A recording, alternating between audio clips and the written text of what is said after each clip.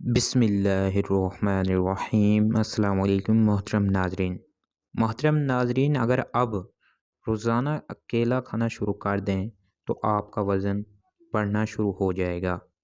محترم ناظرین، کھانسی جان نہ چھوڑ رہی ہو تو گوڑ گرم کر کر چاٹو، انشاءاللہ کھانسی رک جاتی ہے۔ اس سے زیادہ بولنے سے بھولنے کی بیماری لگ جائے گی۔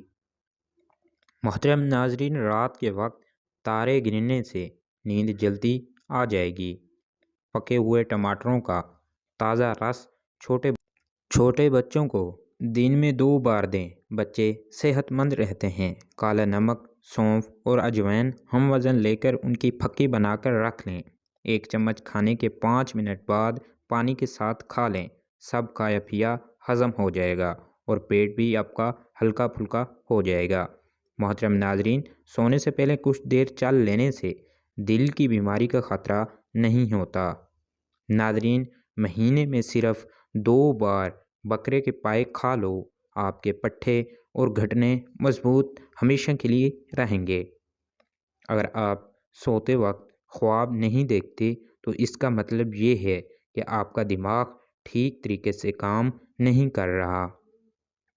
محترم ناظرین، جو عورتیں اپنے سر میں کدو کا تیل لگاتی ہیں ان کا دماغ تیز ترین ہمیشہ کے لیے ہو جاتا ہے۔ بیٹھ کر کام کرنے سے کمر کڑا جاتی ہے تو روزانہ 1 مٹھی کالی کشمش کھایا کرو۔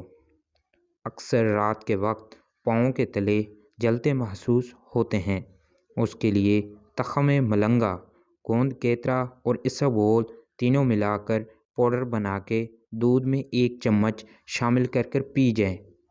انشاءاللہ کچھ ہی دن میں یہ مسئلہ آپ کا حل ہو جائے گا۔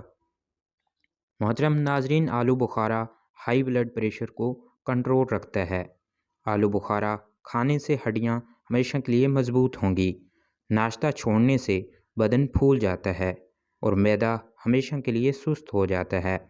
پرانے زمانے کی بات ہے کہ ایک تاجر تجارت کرنے کے لیے بغداد پہنچا۔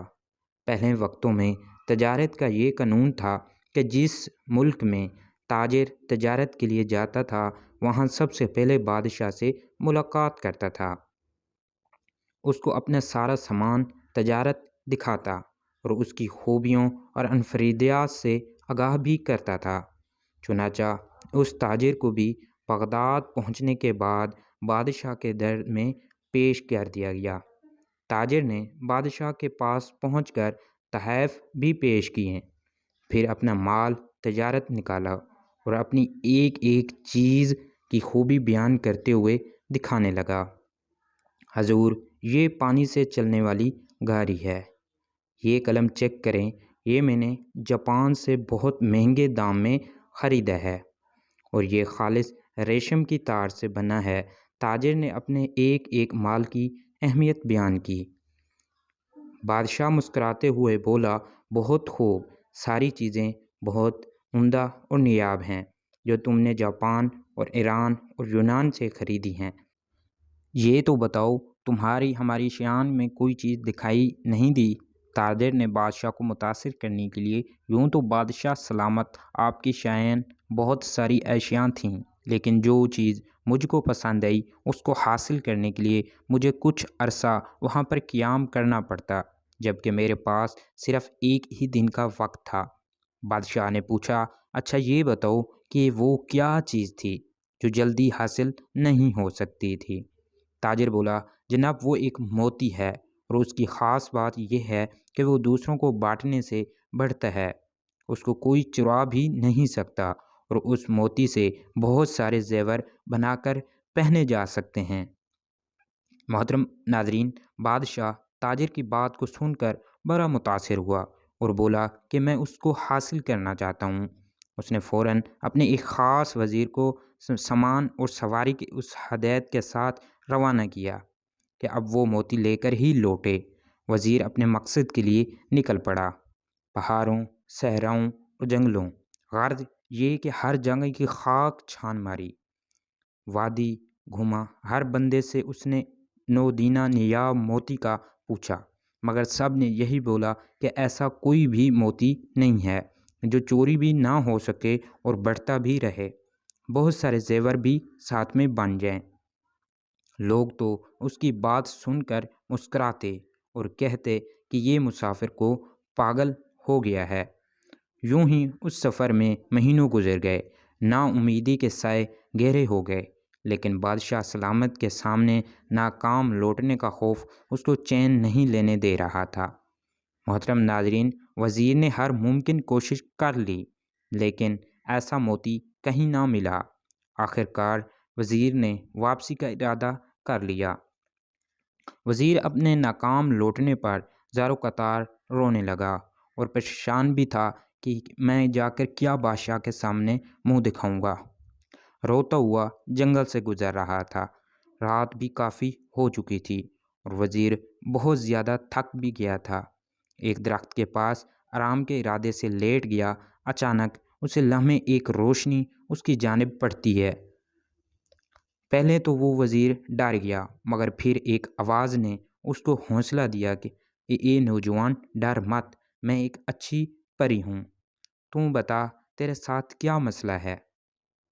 تو مدتوں کا تھکا ہوا مسافر معلوم ہوتا ہے، بتا میں تیری کیا مدد کروں؟ محترم ناظرین، وزیر نے اپنی ساری داستان کہہ سنائی کہ اس کو جس موتی کی تلاش تھی وہ اس کو کہیں نہ ملا۔ اچھی پری وزیر کے سامنے آئی اور وہ وزیر کی بات سن کر بے ساختہ ہنسنے لگی۔ پھر بولی، محترم ناظرین، افسوس کہ تم نے عقل سے کام نہ لیا اور مہینوں جگہ جگہ ایک موتی کی تلاش میں پھرتا رہا۔ وزیر بولا کہ اے پری، میں تمہاری بات کا مطلب نہیں سمجھا۔ وہ بولی کہ اے بھلے آدمی، وہ موتی دراصل علم کا موتی ہے، لیکن تو اس کی زہری شکل کو تلاش کرتا رہا۔ علم تو ایسی شے ہے جس کو ہزار نام دیے جا سکتے ہیں۔ کہیں اس کو پھل دار درخت کہتے ہیں تو کبھی سورج سے تشبیہ دیتے ہیں، لیکن اس کو کبھی کوئی چرا نہیں سکتا۔ محترم ناظرین، پھر وزیر نے حیرت سے پوچھا کہ اس سے زیور بنانے والی صفت کیا ہے؟ پری نے مسکراتے ہوئے کہا کہ علم کی بہت ساری صفات ہیں۔ تم اس موتی کی صورت میں کیوں تلاش کرتے ہو؟ یاد رکھو، ہر شے کی تاثیر کا تعلق اس کے نام سے نہیں بلکہ اس کی اندرونی خوبی سے ہوتا ہے۔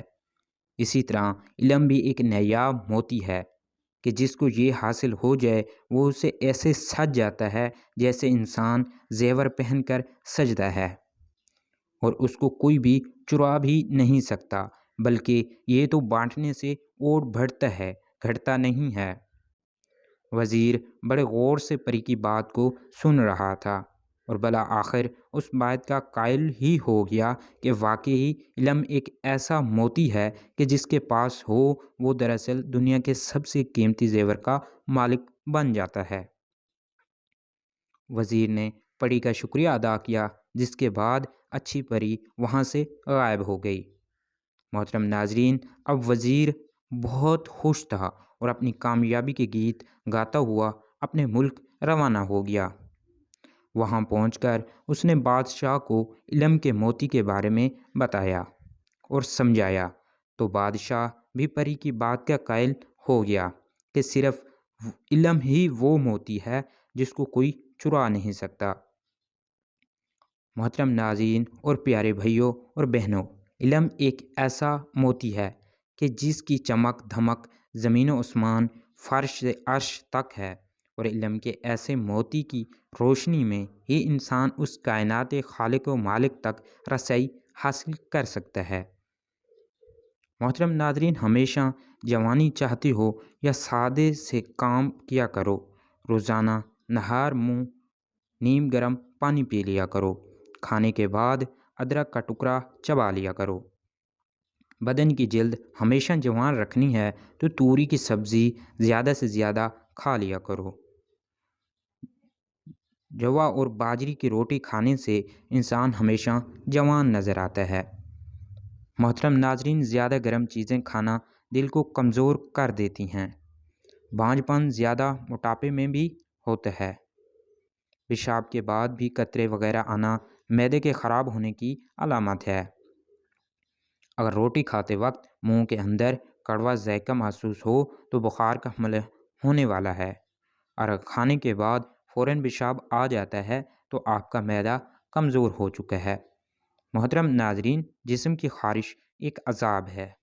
اس کے لیے صرف 4 دانے موسمی یا کنو روزانہ کھا لینے سے خارش، دانے اور پھنسیوں سے ہمیشہ کے لیے آپ کی جان چھوٹ جائے گی۔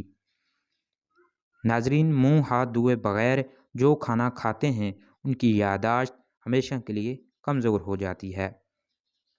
گرمیوں کے اندر بند جوتوں کا استعمال نہ کیا کریں، اس سے نظر کمزور ہو جاتی ہے۔